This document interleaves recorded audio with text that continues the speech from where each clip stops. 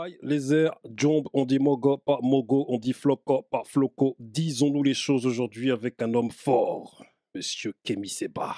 Monsieur Kémy Séba qui, activiste, panafricaniste, jadis, qui était à 2STV en tant que chroniqueur. Monsieur est, je pourrais le qualifier, numéro un par rapport à la cause africaine dans la francophonie, mais pas que. Monsieur est avec nous aujourd'hui à Disons-nous les choses. L'homme fort, comment vas-tu? Ça va très bien, mon frère. Très, très heureux de te retrouver après tant d'années. La dernière fois qu'on s'était vu, toute la campagne contre le néocolonialisme, le franc CFA, n'avait pas été, ou du moins, ça avait été entamé, mais ça n'avait pas la même intensité. Mhm. Et je suis très heureux et ému de te retrouver avec un plateau en plus 2.0. Je vois que tu es à l'heure, hein, vraiment. Tu es vraiment à l'heure. J'ai pas ma montre, mais avec toi, je sais que je ne serai pas en retard. Donc, je suis très content de te retrouver. Vraiment, ça fait plaisir. Tu as fait le tour des plateaux là. Starting Block, Grace TV, Calcium Bah, TV. écoute, j'essaie d'être en conformité avec mon discours qui est Mhm. que par nous et pour nous. Donc, qu'est-ce que je vais aller foutre à BFM? Mhm. De toute façon, on est trop subversif pour ces gens. Et qu'est-ce que je vais aller foutre dans des médias qui ne parlent pas pour nous? Moi, j'ai pas besoin de passer par les autres pour parler aux nôtres. On a réussi à se débrouiller pour parler aux nôtres. Aujourd'hui, on touche en Afrique francophone et dans le monde noir francophone des millions de gens sur le terrain ou sur des réseaux sociaux ou dans les médias communautaires. Moi, je parle à la communauté. Aujourd'hui, en France, quand on dit communauté, c'est plus l'étiquette street parce que c'est Mhm. là où on accepte que les Noirs se réunissent. Mais je sais où je passe pour parler aux miens et le message passe. En tout cas, un grand big up à Monsieur Black Jacques Bauer. Moi-même, j'étais un adepte de 24. T'as vu, j'ai tout Tu regardé. connais. T'as vu. Mhm. Et du coup, il a eu cette espèce de stratégie enfin, il suit nos médias, il nous soutient, et à un moment donné, il s'est dit, il va faire, voilà, Kémy va faire le tour de tous ces médias qui sont en train d'émerger, tu vois. Et Et, il a eu raison parce que, comme je te le dis, Mhm. vous êtes l'avenir. Vous en rendez peut-être pas forcément compte à quel point les médias traditionnels sont en train de disparaître. Aujourd'hui, c'est les médias qui sont des médias de proximité du peuple qui prennent le pouvoir partout dans le monde. Et ce sont ces médias qui ont une interconnexion réelle et profonde avec les réseaux sociaux, qui sont toujours les plus à l'affût. Aujourd'hui, les médias mainstream viennent vers vous pour avoir de l'authenticité. Donc, moi, j'estime que ma mission politique, c'est une démarche noyée dans l'authenticité. Dans l'authenticité dans le cadre du réel. Et donc, c'était important que je puisse être à vos côtés. Et c'est aussi important que je finisse par toi, parce que c'est par toi que j'avais commencé ce processus il Mhm. y a quelques années. Et donc, ça a du sens pour moi. Bah, c'était à l'époque avec Néo Musique, Grice, Max Tout à fait. Payne. Moi, je venais d'arriver comme ça, et puis à un moment donné, on s'est boxé un peu, et c'était bon. C'était Ah, bien je me parce que. souviens même plus d'un match de boxe Hein? tellement Non, mais j'étais. c'était, non, mais c'était bien. On était Ouais, animés, tu vois, et c'était ouais, bien, si, tu vois. si, si. Si, si. Et c'était magnifique, tu vois. Mhm, Et t'as vu, moi, j'aimerais bien que, tu vois, sur ce collectif qu'on a monté, tu vois, il y a Calcium TV, Grace mhm, TV, Stark Team Blog, 350 OG Film, Dems mhm, Media, mhm, Mogopoly, mhm, Parole Véritable, Actric avec Yes La Jeunesse et mhm, Camos Productions à Lille. mhm. Et nous, ce qu'on fait là, c'est qu'on fait des featuring entre nous, comme des artistes, tu vois. J'aimerais qu'un jour ce soit, alors après ça n'engage que moi, hein, mais Mm, que ces featuring puissent se transformer en fusion tôt ou tard, ou en fédération, parce que mm. chacun a sa ligne, peut-être sa fierté, son ego aussi. Pour moi, vous êtes une famille, tu vois, et on est toujours plus fort quand on est en fusion que quand on est éloigné. Donc voilà. Justement, tu vois, on pourrait comparer ce mouvement-là qui est en train de mettre en place par rapport aux radios libres des années 80, tu vois. Mhm, Et on va dire que c'est les médias libres qui sont mhm. sur Internet Tout à aujourd'hui, fait, avec des profils qui se ressemblent. Et je tout sais à qu'un mec fait. comme SP, il a parlé du fait que on est comme cette continuité des émissions SP qu'il y avait à Mhm, l'époque sur Skyrock, tu vois. mhm, Et on mhm, sait qu'aujourd'hui, il y a beaucoup l'adage force de culture pour la mhm, culture. Et mhm, on essaie d'emmener un autre traitement de l'information, un point de vue d'anciens auditeurs qui mettent en lumière des institutions qu'ils avaient tu sais, en bas ouais, des tout blocs, à tout fait. simplement. Mhm, Tu vois. mhm. Et moi, j'aimerais que tu parles à mes frères. Parce que tu as vu ce qui se passe aujourd'hui. On va en discuter, regarde. Ouais. Euh, Après, je suis pas responsable de la MJC, hein. non, non, non, non, non, non, non, attends, Mais attends, je je t'explique. taquine, Je t'explique. je taquine, je taquine. Là, je t'explique, c'est que Ouais. voilà, on a des projets. Moi, souvent, ce que je dis aux frères, je leur dis, vous avez vu les groupes comme M6, comme TF1, c'est des groupes. T'as vu? Et tu connais, souvent, nous, les Renois, on a un problème de confiance.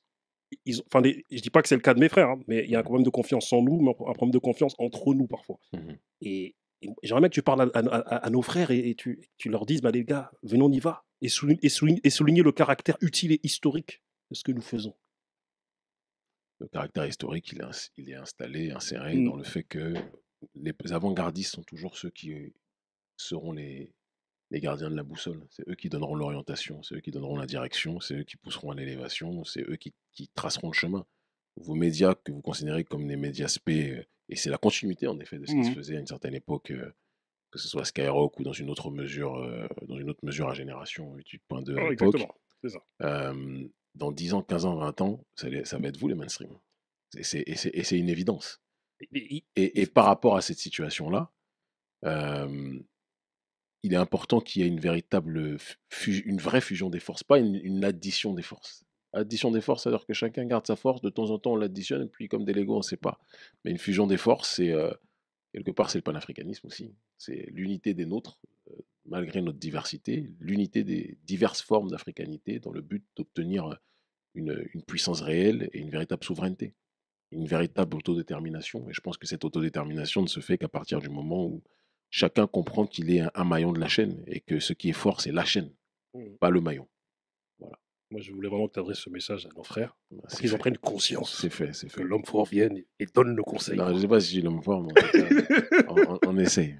On Kémy essaye. Séba à Paris, dans le ventre de la bête, comment la diaspora afro en Europe doit s'organiser politiquement et économiquement pour soutenir l'Afrique et les Antilles dans leur processus d'autodétermination. Tu seras en meeting ce samedi 19 Tout à février fait. à Fleury. À quelques minutes de là où j'étais incarcéré lors de ma deuxième peine de prison en Mhm, 2014. Et pour moi, c'est aussi une symbolique. Bon, j'ai pas été en prison pour avoir volé des pommes, hein, mhm, ni pour avoir pointé comme d'autres ou non. J'ai été parce que je mène un combat politique qui dérange depuis un certain nombre d'années. J'ai commencé en 1999, en 2022.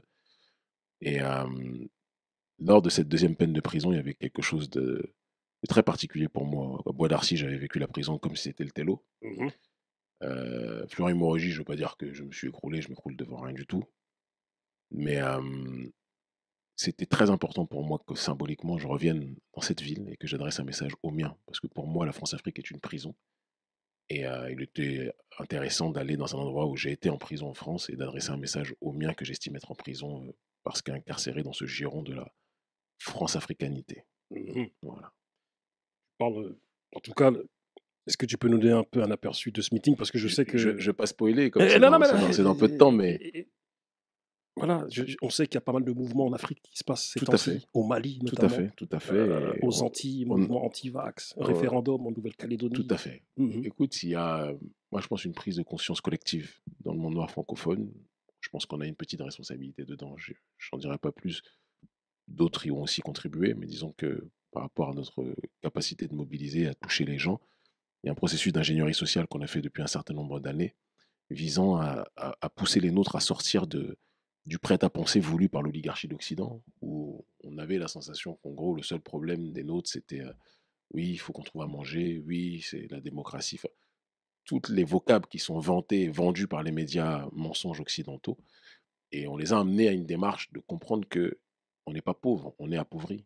On est dans un système qui appauvrit, qui nous paupérise, qui spolie nos ressources et qui, quelque part, nous éloigne de nous-mêmes. Quand on parle d'aliénation, rendre quelqu'un étranger à lui-même. C'est très important de préciser cette démarche-là.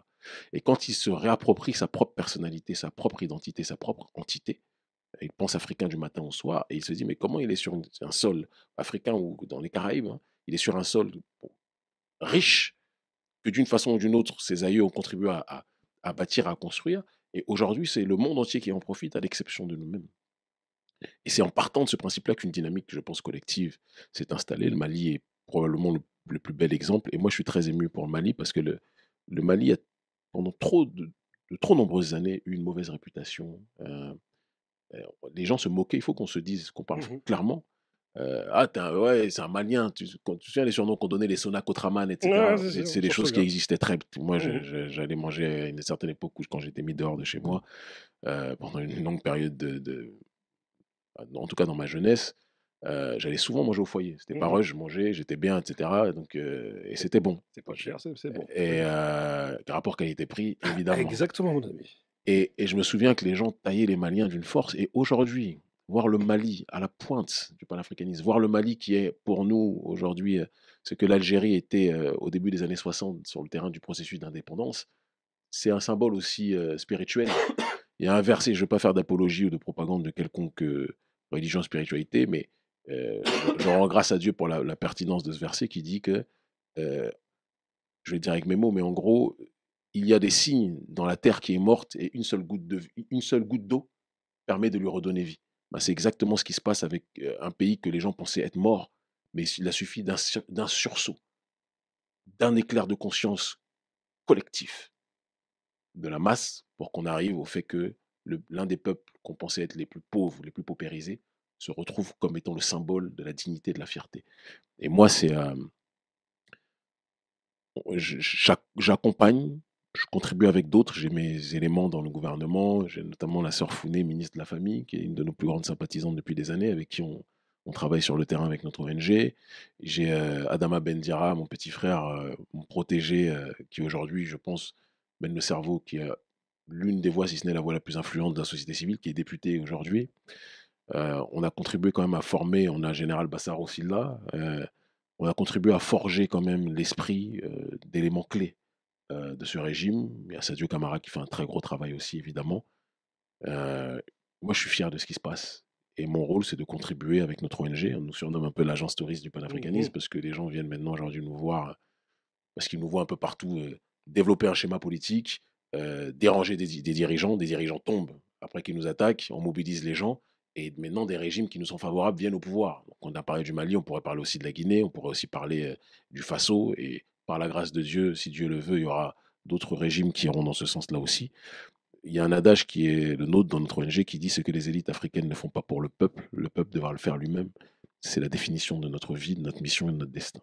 Et du coup, tous ces récents soulèvements et ces changements en Afrique, est-ce que c'est réel ou est-ce que c'est une illusion d'optique un peu comme les Non, printemps arabes de l'époque? non, c'est pas une illusion d'optique. Mmh. Le seul truc, c'est que il est évident que c'est la conjonction de plusieurs facteurs qui a contribué à ce qu'on se retrouve dans ces situations. Il y a le travail de terrain que nous, on a effectué depuis très longtemps, qui a permis, tu as parlé de STV tout à l'heure, la STV, c'est de l'ingénierie sociale. J'arrive dans une chaîne qui est généraliste, qui à la base n'en a strictement rien à foutre du panafricanisme, pour parler crûment. Et moi, on m'engage pour faire de la chronique géopolitique. Donc moi, je rentrais dans la télé non pas pour le showbiz, non pas pour les belles raclis, les belles go, etc. C'était pas mon projet. C'était pas mon projet, même si nos sœurs sont très belles, tout le monde le sait. Oui, au Sénégal, Mais je suis rentré dedans avec un objectif. J'étais en mode James Bond du panafricanisme. Mon objectif, c'était de déposer une idée dans la tête des gens. C'était ça ma seule mission. C'était ça ma seule vision. Et une fois que j'ai senti que j'avais fait ce que je devais faire, je suis passé à une autre étape. Et à côté de ça, il y a aussi des conflits civilisationnels et géostratégiques. Aujourd'hui, hier, auparavant, dans les années 60, c'était l'affrontement entre le bloc de l'Ouest et le bloc de l'Est. Il y avait le capitalisme d'un côté et le communisme de l'autre. Je schématise volontairement. Le capitalisme a gagné. L'effondrement du mur de Berlin a accordé une victoire sans limite au capitalisme, à la mondialisation néolibérale. Et on se retrouve aujourd'hui avec le néolibéralisme qui est devenu une sorte de religion économique et sociétale. Et face à ça, se dressent maintenant d'autres entités, avec un processus que l'on conceptualiserait comme étant le souverainisme. C'est-à-dire qu'il y a des gens, je veux dire par exemple la mondialisation néolibérale, c'est comme si c'est ce que l'on surnomme la McDonaldisation des esprits, Mmh. l'occidentalisation des esprits. Mmh. Chacun, euh, tu vas dans nos capitales africaines, aujourd'hui ça ressemble de plus en plus à Babylone, à l'Occident. Toutes les capitales, tu vas à Mmh. Abidjan, tu as l'impression que tu es dans un coin Saint-Tropez, surtropique, etc. Mais c'est Mmh. de ça dont il s'agit. Et toutes nos capitales, c'est ça. Les villages, c'est un peu différent.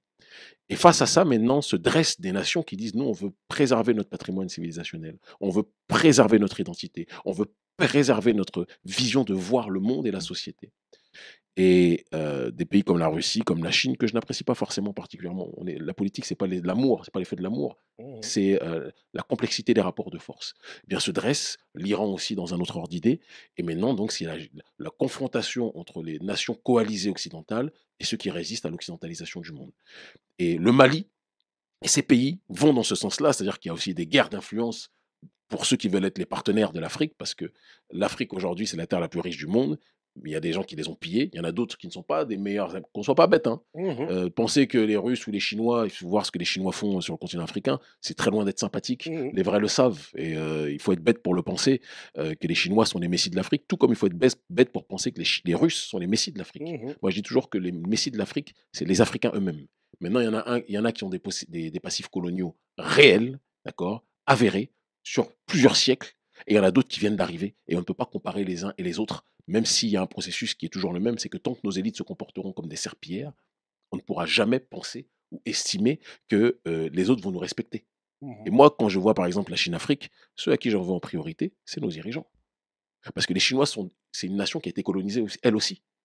Mais si elle en arrive aujourd'hui à maquer certains États, à être quasiment propriétaire de certains États, c'est parce que nos dirigeants, en échange de bakshish, ils ont accepté tout et n'importe quoi. Donc, une civilisation n'est détruite par l'extérieur. Je le dis tout le temps, mais la connaissance des masses vient par la répétition. Une civilisation n'est détruite par l'extérieur que si elle est rongée de l'intérieur. Donc, il faut qu'on soit capable de faire le ménage chez nous, qu'on arrête de nous plaindre des autres qui sont méchants et qu'on comprenne que le véritable problème, c'est nous qui devons le régler, personne d'autre. Monsieur Kémy, Monsieur Bouba. j'ai d'innombrables thèmes à traiter avec toi, mais toi et moi, on est des hommes qui parlons beaucoup. C'est-à-dire Mhm. qui nous étalons pas mal parce que je Mhm. suis un Sénégalais, Mhm. toi-même tu es béninois, Mhm. les acquiescés, tout ça, là, acquiescer, on connaît ça. Et du coup, moi, dans un premier temps, ben voilà, on évoque ton combat à l'international, tu vois. Et dans un second temps, j'aimerais bien évoquer aussi toutes ces problématiques liées aux quartiers populaires, tu vois. Il n'y a pas de Parce que, problème. parce que jadis, dans ces quartiers populaires, toute la France, après leur construction à la fin des années 60, ils furent majoritairement blancs. Mhm. Mais début des années 70, comme tu peux le savoir, crise économique, accès à Mhm. la Mhm. propriété, Mhm. les blancs sont partis. Mhm. Fin des années 80, majoritairement maghrébins. Depuis les années 2000, grâce à l'entrepreneuriat et à l'accès à la propriété, bon nombre de maghrébins sont partis. Et comme me l'a dit un jour un de mes frères maghrébins de Grigny, il m'a dit bon nombre de maghrébins d'aujourd'hui ont quitté les quartiers pour aller vivre dans les zones pavillonnaires sont les blancs d'hier qui avaient quitté les quartiers de l'époque pour aller vivre dans les zones pavillonnaires. Mhm. Et comme je disais précédemment, début des années 2000, grâce à l'entrepreneuriat, accès à la propriété, Mhm. bon nombre de Maghrébins sont partis pour laisser place à d'autres. Mhm. En effet, à cause ou grâce à des immigrations récentes, notamment Afrique subsaharienne, Mhm. majoritairement malienne, soninké. Mhm. Bon nombre de quartiers populaires proches de Paris sont majoritairement noirs. Mhm. Nous évoquons, et moi, ce que je veux évoquer avec toi, c'est cette actualité, à quelques mois des élections présidentielles, mais aussi, surtout, cette actualité cachée, celle des quartiers, cette actualité non calculée. Moi, j'aimerais bien qu'on mette le doigt sur certains thèmes qui gênent, qu'on aborde nulle part ailleurs, qu'on aborde guère dans d'autres médias, au risque qu'ils soient taxés de racistes. Mhm. Et moi, ce que j'aimerais bien aborder avec toi, tu vois, c'est toucher de près ce qui nous touche. Enfin, les problèmes qui nous touchent et Disons-nous les choses, disons-nous dis-les les choses et directement. Dis-les directement, mon qui peut frère. en débattre mieux que nous. Disons-nous les choses, on va se dire les choses là. Mhm. On est entre nous, on peut se permettre de dire Vas-y, des choses dis-moi. que certains ne peuvent pas dire. Dis-moi. Donc, je te propose que nous conversions sur plusieurs thèmes. Allons-y. Et tu vois, moi, ça fait 22 ans que je suis dans le social Mhm. et je suis dans l'association sociale à Massy Mhm. avec les Mhm. 16-29 ans. Et voilà, on les oriente vers la formation, l'emploi et Mhm. tous ceux qui sont en marche, tu vois. Mhm. Et je tombe dans les quartiers avec, disons les choses, par rapport au monde associatif et Mhm. pour mettre en lumière un peu les initiatives, tu vois. Mhm. Et notre but, c'est rendre visible l'invisible. Et bon Mhm. nombre d'assos pallient au manquement de bon nombre de municipalités Bien ou de sûr. l'État. Mhm. Certains reprochent aux militants comme toi ou d'autres Mhm. d'être dans un combat si global qu'ils en oublient le local, les quartiers et les cités. Bien que tu sois soutenu par bon nombre de gens dans les quartiers, comme dirait un vieux père, avant d'aller faire le grand militant Mhm. dehors, Mhm. commence déjà par calculer ton petit frère qui fait des conneries dehors, Mhm. enfin dehors, qui dort dans la même chambre que toi, dans le même lit superposé que toi, juste Mhm. en bas. Alors, je vais te répondre par une simple démarche arithmétique. Le petit frère a aidé en priorité. C'est le petit frère de la rue qui vit avec moins de 100 euros par mois en Afrique, Mhm. ou le petit frère de la rue d'Occident qui aura été une rue privilégiée, qui est un petit peu une sorte de Beverly Hills, si on doit la comparer à la rue euh, de certains quartiers les plus horribles ou les plus paupérisés dans nos pays, dans le continent africain. Ça, c'est la première chose. Moi, ma priorité, c'est d'aider notre peuple dans sa globalité. Parce que notre peuple, partout où il est installé, on est parti faire une mission un jour avec notre ONG au Brésil. Quand on parle de favelas, c'est pas la street qu'on nous dit ici, hein. La street qu'on nous dit ici, c'est 4 étoiles. C'est clair. Tu vas à Guédiawaye, certains coins du Sénégal, excuse-moi, mais cette rue-là me paraît une rue plus, en termes de drame social, beaucoup plus enfoncée que la rue qu'on a ici. Clair. La rue ici, c'est un petit peu la street Fouquet's. Donc je pense qu'il faut qu'on soit aussi capable de garder l'humilité, de se rappeler qu'il y a toujours pire que là où on est. Et que notre rôle, c'est partout où on est, de tout faire pour rehausser la dignité de notre peuple. Moi, mon combat, quand je l'ai commencé, notre combat, je me suis interdit de fonctionner par rapport à des étiquettes qui n'étaient pas données par nous. Tu comprends? Street, banlieue, antiracisme, etc. Ça, c'est des codes que la Matrix nous donne pour nous enfermer dans un giron particulier. Moi, frère, je ne veux pas m'enfermer dedans. J'ai eu des numéros de matricule à chaque fois que j'ai fait de la prison, j'ai fait de la tôle à 4 reprises. Je ne me définis pas en fonction des numéros de matricule qu'on me donne, mais en fonction de l'identité que j'ai choisie. Kémy Seba. Tu comprends ce que je veux dire? Et c'est la même chose pour notre peuple. S'il faudrait que tu sortes avec moi, on sort 1 heure, on va dans un coin, il y a des Renois. Frère, je me fais arrêter toutes les 2 secondes. Mmh. Donc, notre combat touche les gens partout où ils sont. Ah mais Tu comprends ce que je... Non, tu l'as dit, mais oui. c'est important que je le Mmh redise. oui, oui, je l'ai dit. Et Mmh. ce que j'entends par là, c'est qu'il faut qu'on aille dans une direction que nous choisissons, pas dans une direction qu'ils choisissent pour nous. Parce que quand tu élèves la conscience des gens, tu élèves la conscience des gens partout où ils sont. Aujourd'hui, notre discours élève la conscience des nôtres en Afrique subsaharienne, dans des gens qui n'ont jamais bougé de leur village, ou certains qui n'ont jamais bougé de Bamako ou de Dakar, ou etc., etc. Ça élève des gens à Sarcelles, ça élève des gens à Vitry-sur-Seine, ça élève des gens à Stein, ça élève des gens à Grigny, partout. Tu comprends? Ça élève des gens à Bruxelles, ça élève des gens partout, frère. Et c'est ça notre force. C'est redonner de l'âme à un peuple qu'on a voulu déconnecter de son cerveau. Et donc, on est obligé de faire un jeu de fusibles où on ne peut pas rester. Je comprends qu'il y en a. Tu sais, hier, je vais te dire un truc. Mmh. Je suis arrivé, hier ou avant-hier, j'aime bien la notion du temps, frère. L'avion est devenu ma deuxième maison. Euh, à l'aéroport de Cotonou, il y a un daron qui vient du village de mon père. D'accord, Savalou. Mmh. Il m'a dit, Kémy Seba, c'est bien. On te suit partout. Aujourd'hui, tu es écouté partout en Afrique ou en Europe parmi les Noirs, etc. C'est très bien. Mais pourquoi tu ne t'occupes pas d'abord et uniquement de Savalou? Savalou, où j'ai mis les pieds à 10 reprises dans ma vie. Je lui ai dit, grand frère, si je me bats pour ma localité, et si chacun se bat uniquement pour sa localité, il n'y aura jamais de globalité. Or, notre peuple doit se définir de manière globale, parce que c'est l'unité parmi les nôtres qui permettra de mieux nous unir au reste de l'humanité et d'être surtout plus respectés, voire craints, par cette même humanité qui n'a jamais cessé de nous manquer de respect. Donc, il faut qu'il y ait des gens qui fassent les choses à un niveau local, et il faut qu'il y ait des gens qui soient capables d'être des influenceurs géopolitiques à un niveau global. Et c'est dans cette optique que l'on fait les choses. Je ne sais pas si tu as vu le discours de Macron hier. Je l'ai vu. Tu sais qu'il a parlé de nous. J'ai Avec inquiétude, peut-être qu'on va diffuser ça Mmh. sur les réseaux sociaux, où il dit qu'il y a des activistes aujourd'hui dont la mission, l'obsession, en gros, c'est de faire monter les sentiments anti-français, etc. Alors lui, il a diabolisé ça en disant oui, on sait aussi qu'il travaille avec les Russes, avec les Turcs, avec les ceux-ci, Sud-Américains, etc. Ces gens-là sont aussi des dangers pour certains présidents africains parce qu'ils font le bilan Mmh. par rapport à ce qui s'est passé ces derniers temps. Ils savent très bien de quoi il s'agit. Moi, ce qui m'intéresse, c'est de faire tomber cette France-Afrique qui a tué les Sankara, qui a tué nos prédécesseurs, qui a tué tous ceux et toutes celles qui se sont levés pour la dignité de notre peuple. Je ne vis que pour ça, mon frère. D'abord pour l'adoration de Dieu, et ensuite pour que mon peuple puisse sortir des tentacules de ce cancer nommé France-Afrique et nommé néocolonialisme. Donc, pour revenir à ta chose, Mmh. moi, je veux t'enlever, je veux te sortir. Toi, tu es déjà sorti, mais beaucoup des nôtres sont incarcérés dans ces barreaux-là. Banlieue, street, 9-3, 9-4, 9-5. C'est des numéros de plantation pour moi, Oui, c'est ça. des champs de coton. Tout ça, C'est c'est des champs de exactement coton. ça. C'est exactement ça. Et Des ça, champs de ça coton. bénéficie Mmh. à certains, mais pas Mmh. à nous. Donc sortons de ça. C'est tout ce que je dis. 357 RICS ont été recensés en 2020 en France, Mhm, une hausse de 24% par rapport à 2019. La mhm, majorité se sont déroulés en Île-de-France. Par exemple, une augmentation de 80%, ces violences en Essonne. Et comme je te le disais précédemment, travaillant dans le social, je suis confronté à des RICS interquartiers, dont la plupart, pour les raisons que j'ai citées précédemment, sont noirs. Voilà. Quel message aurais-tu à transmettre à ces jeunes qui, au final, se battent contre eux-mêmes?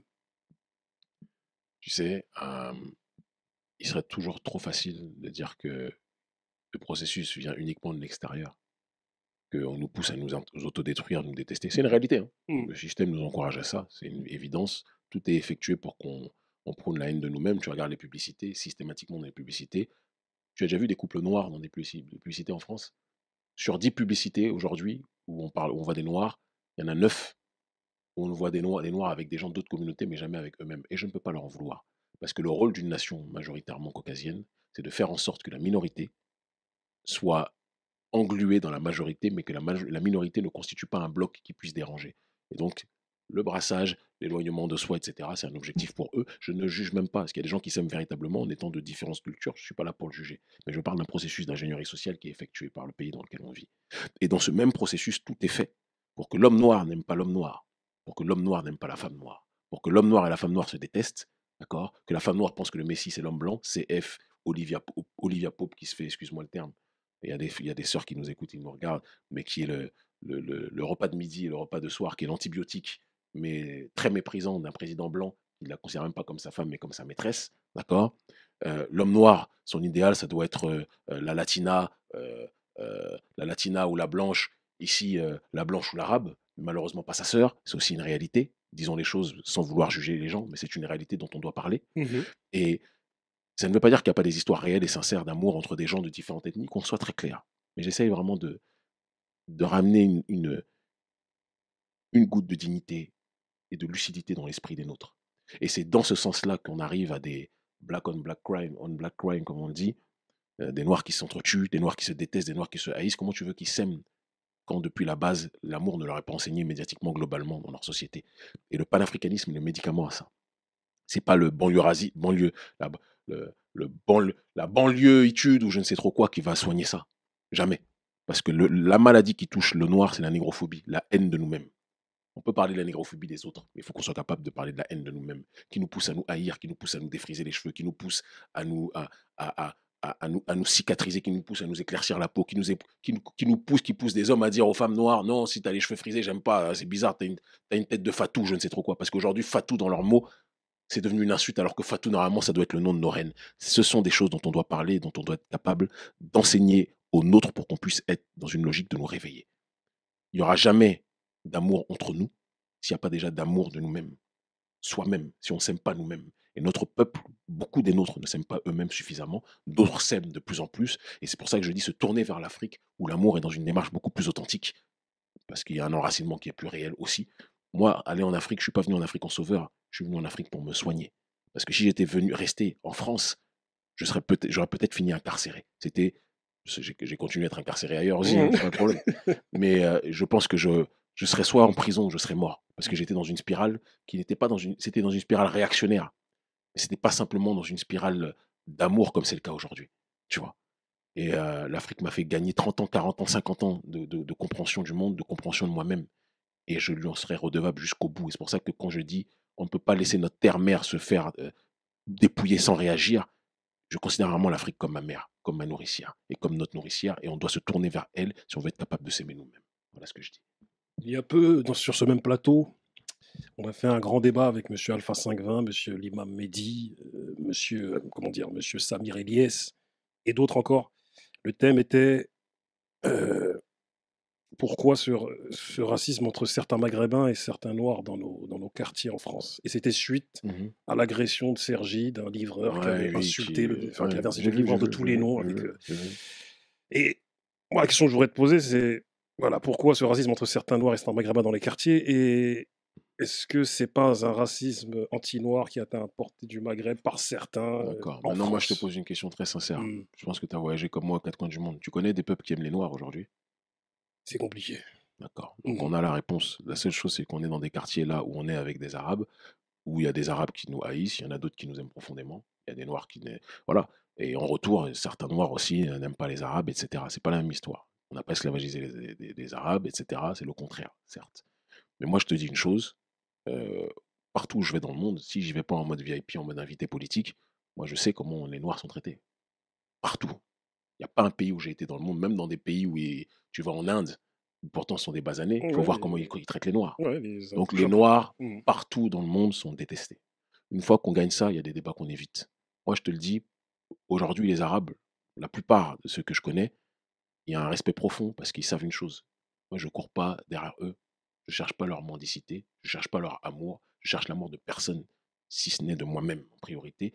Et je prône l'amour avec mon peuple pour m'unir avec le reste des autres peuples et de l'humanité.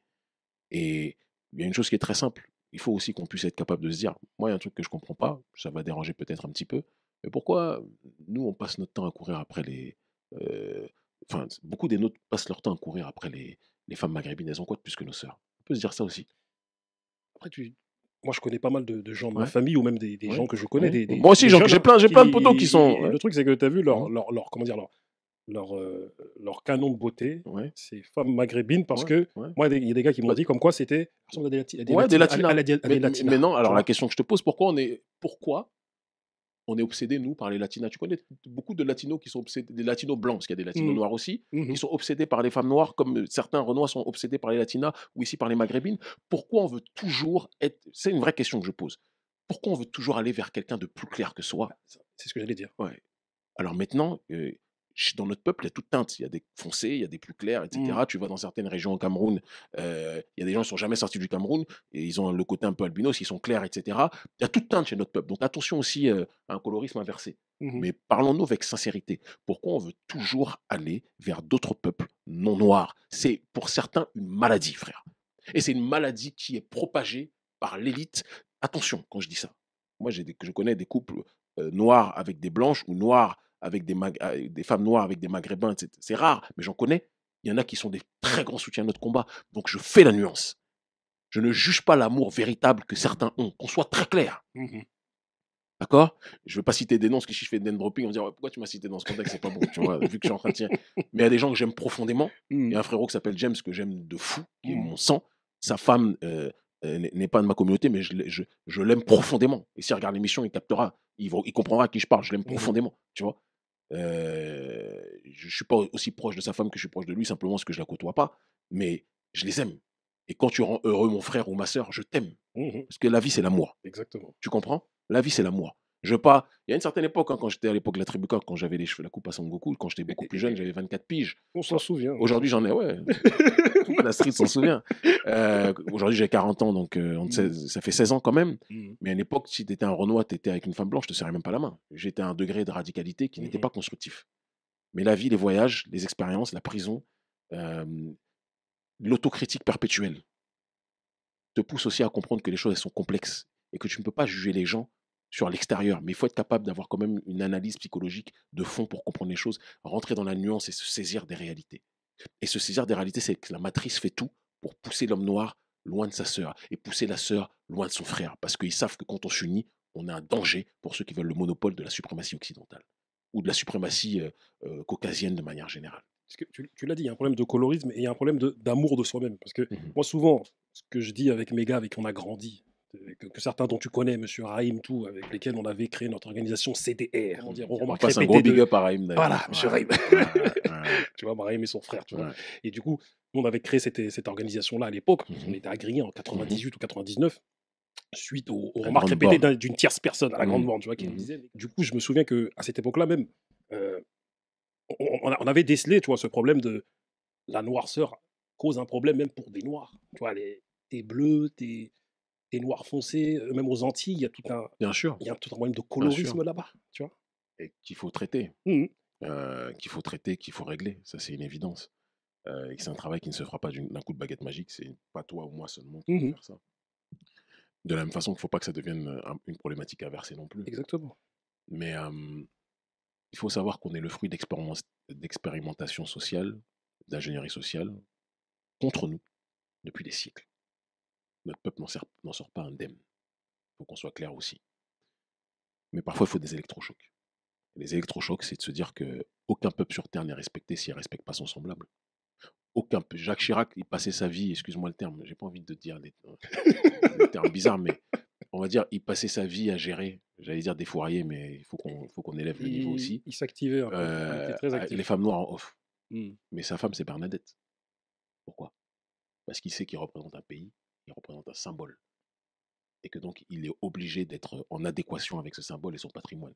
Pourtant, il allait voir plein de fatous que notre peuple dénigre, que nos semblables dénigrent dans la diaspora. En Afrique, évidemment, c'est autre chose. Il faut qu'on réfléchisse sur ça. Tu comprends ce que je veux dire? Sarko, t'inquiète pas qu'il aime bien les maghrébines, il aime bien les noirs, tout le monde le sait. Zemmour que tu vois. Moi, j'ai des informations, je ne vais pas rentrer dans les détails. Zemmour, t'inquiète pas qu'il aime bien la femme. Il n'aime pas la femme noire au sens que nous, on l'aime. Mais t'inquiète pas qu'il adore le corps de la femme noire, l'aspect charnel de la femme noire. Moi, je peux te dire qu'il aime beaucoup. Dans les clubs où il va. Je vais pas faire moi, je vais pas faire le gars qui fait il faut pas faire ceci, il faut faire cela. Moi, je suis pas un gardien de morale. Je le dis très clairement. Je suis plus proche de Tupac que de Desmond Tutu, donc je ne vais pas commencer à jouer le gars qui dit il faut pas faire ceci ou cela. Mais en tout cas, je te dis Zemmour, réalité. Tu comprends? Pourtant, il va se mettre avec qui? Il va se mettre avec la première, dont je pense qu'il va divorcer, et la nouvelle, là, qui est l'ex de Sarkozy, qui se prête entre eux, là, tu vois, dans leur petite élite, dans leur petite oligarchie, que je ne citerai pas pour ne plus avoir de procès. Et par rapport à cette situation-là, ça doit être un symbole pour nous. L'homme, il peut voyager partout, mais quand il s'agit de fonder sa famille, il sait avec qui il la fonde. L'endogamie communautaire, c'est une clé. Et dire cela ne doit pas nous pousser à manquer de respect à ceux qui ne sont pas dans cette démarche-là. Mais il ne faut pas que l'exogamie communautaire devienne la norme. Il faut que ça devienne une exception. Et dans la diaspora sur le continent, évidemment que l'endogamie communautaire est la norme. Mais dans nos diasporas, l'endogamie communautaire est une exception. Et c'est parce que c'est une exception que ça devient un vrai problème. Parce qu'on ne peut pas construire une communauté solide si on n'est pas unis avec le miroir de nos âmes, que sont nos sœurs, ou pour nos sœurs, nos frères, etc. etc. T'as vu, comme je te disais, M. Rahim, à l'époque, on avait créé cette organisation qui s'appelait Mhm. Communauté Découverte Racine et on a Mhm. rencontré après M. Sharif à l'Agora. De conscience Et noire. voilà, exactement. Conscience T'inquiète Noire pas. dans laquelle nous nous sommes croisés à Mhm. cette époque-là, tu vois. Et du Je coup, t'ai croisé à conscience noire, hein? on a dû se croiser, on a Ah, dû se voir. hardcore, Parce ok. que, Ouais, mais la c'était à vie est l'époque, longue. il y Ouais, avait, ouais, il y non, avait beaucoup mais de c'est très monde, tu vois. possible puisque j'étais avec Raïm aussi, donc Voilà, y a pas de on a problème. dû se croiser là-bas, tu vois. Ok, J'étais là, à l'époque où ok, tu émergeais, on ok. était assis là-bas. Tu vois. Donc, du coup, bon, voilà. C'est Après, vrai que j'étais là-bas une époque. Ouais. donc, du coup, bah, nous, je sais qu'au rond de l'ellipse, là-bas, on avait des débats qui étaient récurrents, tu vois, Mhm. notamment par rapport aux Maghrébins et par rapport à ce thème Mhm. Afrique-Antilles. Mais Mhm. moi, j'aimerais bien te poser une question, Mhm. notamment par rapport aux Maghrébins. Mhm. Et, Ça te travaille, hein?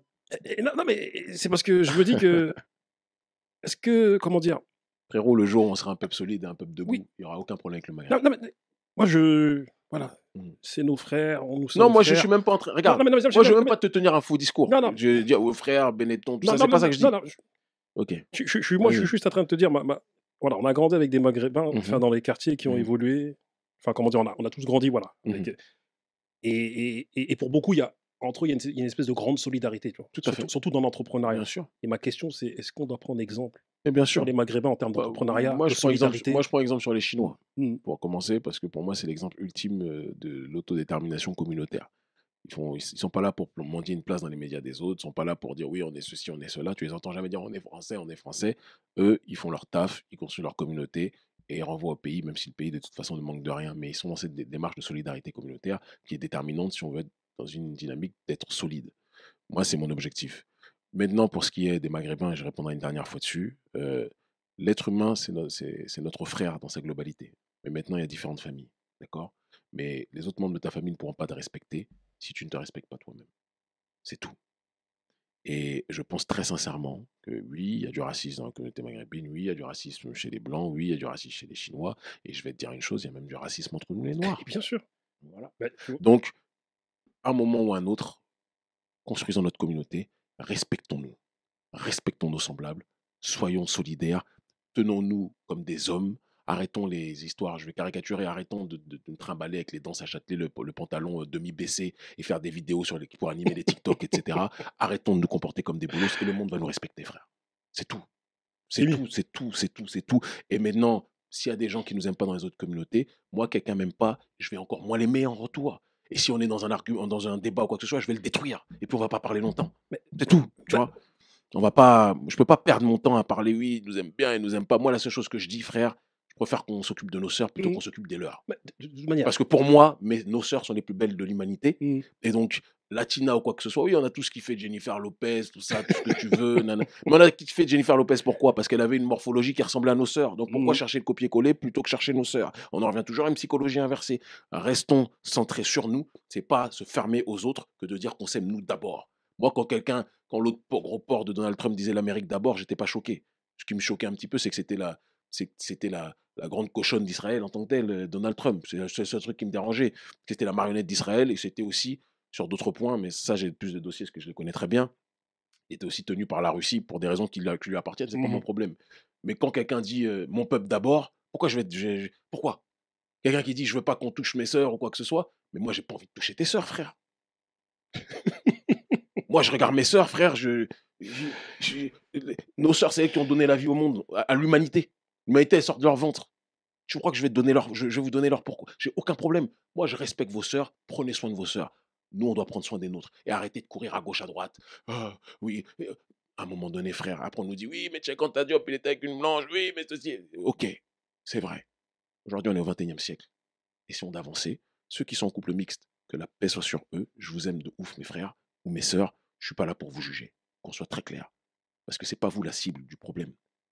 Le véritable problème, c'est l'idéologie qui est promue. Et si certains comportements deviennent une norme. Mais depuis les temps anciens, tu regardes même à l'époque de l'Égypte antique ou même de certains pays, de Mali, etc., des fois, il pouvait y arriver que dans certains royaumes, un roi ou une reine se marie avec quelqu'un d'une... C'était rare, mais ça pouvait arriver, d'une autre culture. Donc, on n'est pas en train de dire, oui, non, c'est pas ça. On n'est pas dans un truc hitlérien ou je ne sais trop quoi, où on ferait du racial. Non, c'est pas ça que je dis. Mais quand tu veux une communauté solide, l'endogamie communautaire, et c'est la base. L'exogamie, c'est l'exception.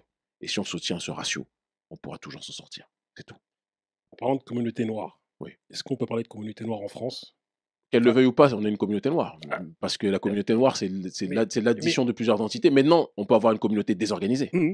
parce que tu as vu, cette communauté est naturellement divisée en ethnies, communautés, tribus, groupes de langue et castes. Écoute, les Français, il y a des Bretons, il y a des Normands, il Oui, y a des Corses, il y a des Flamands. Tu vois leurs tronches, ils sont tous très oui, différents. Mais c'est t'inquiète vrai. pas que quand ils doivent faire la guerre, c'est la France. Mais est-ce que maintenant, nous, enfin, le problème Mhm. cette Et dite c'est pareil communauté, pour les Maghrébins. Hein. Il y a oui, des Algériens, il y a des Tunisiens, il y a des Marocains. oui, Quand ils doivent s'unir, ils s'unissent. oui, tu remarqueras qu'il y a une solidarité sans nom, en tout cas de leur côté. Mais Mhm. est-ce que nous, enfin, en tout cas, cette communauté dite communauté noire, est-ce qu'elle a assez une conscience de communauté?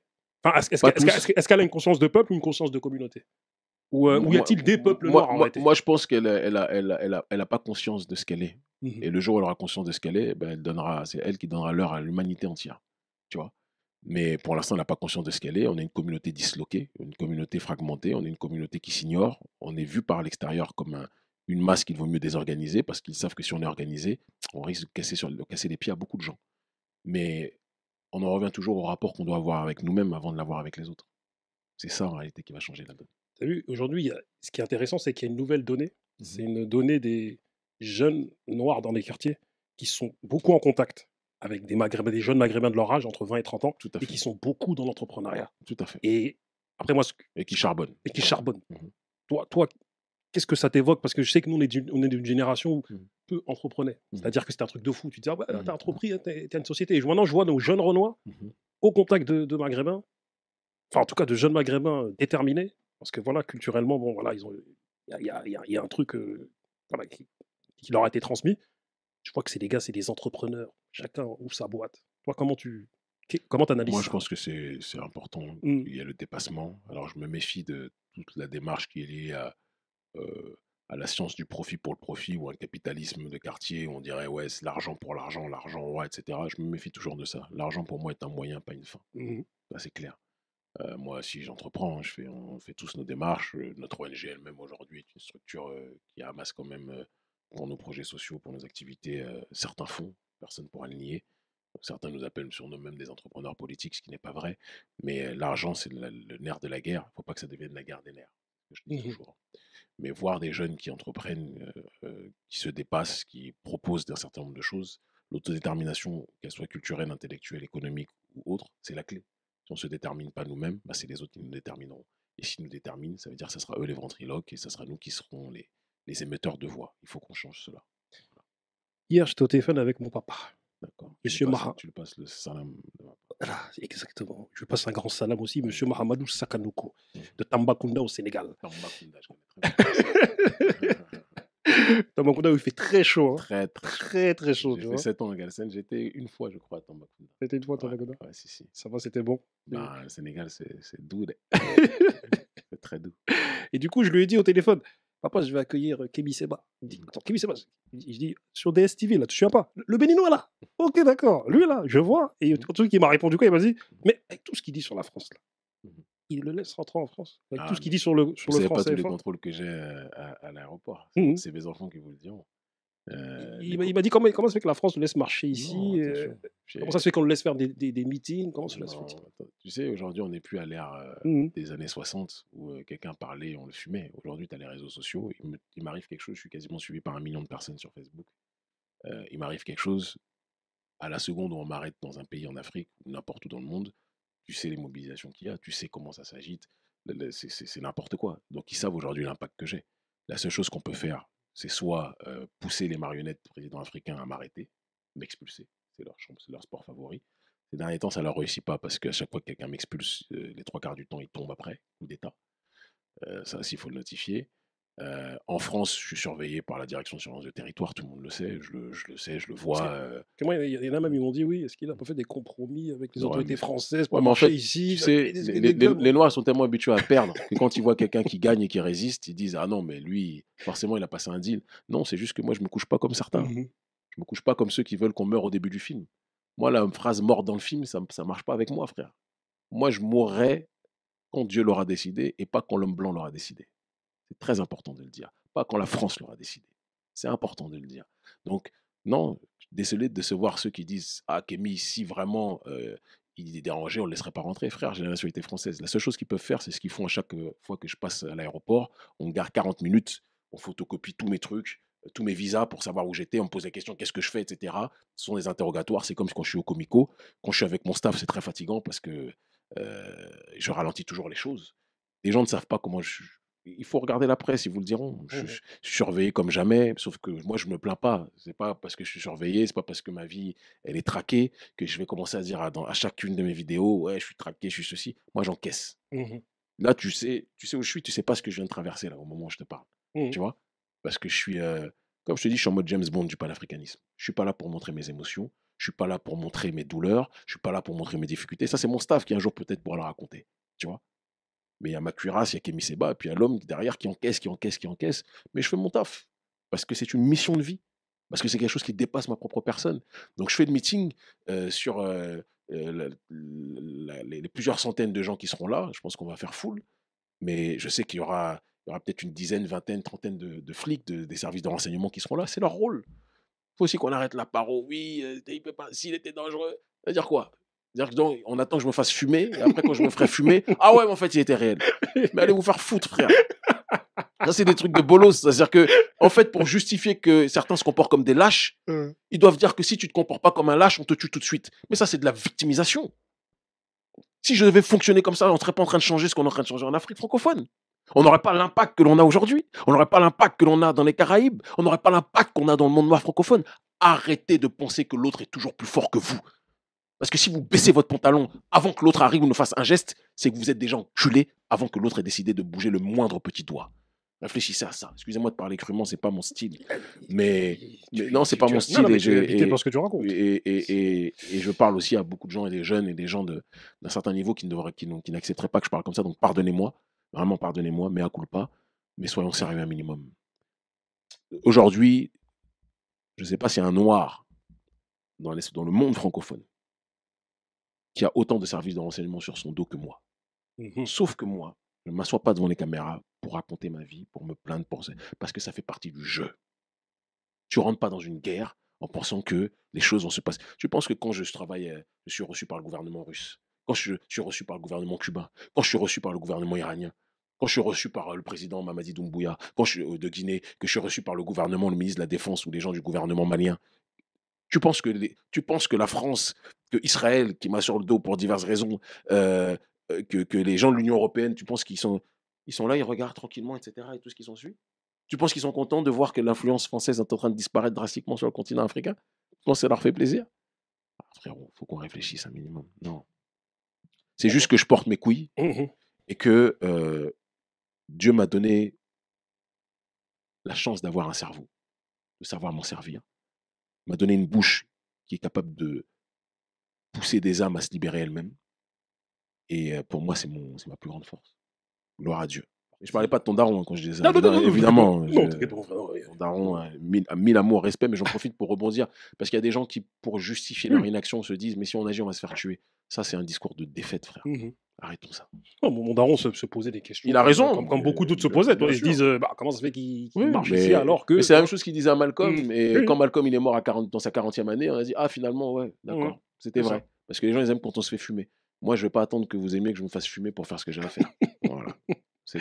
Bon nombre d'entre nous connaissons nos plus grandes douleurs lors de grandes déceptions amoureuses qui peuvent nous amener à finir très bas. On en a vu dehors, alcoolisés, drogués, se morfondre par terre, en PLS et tout ce que tu veux.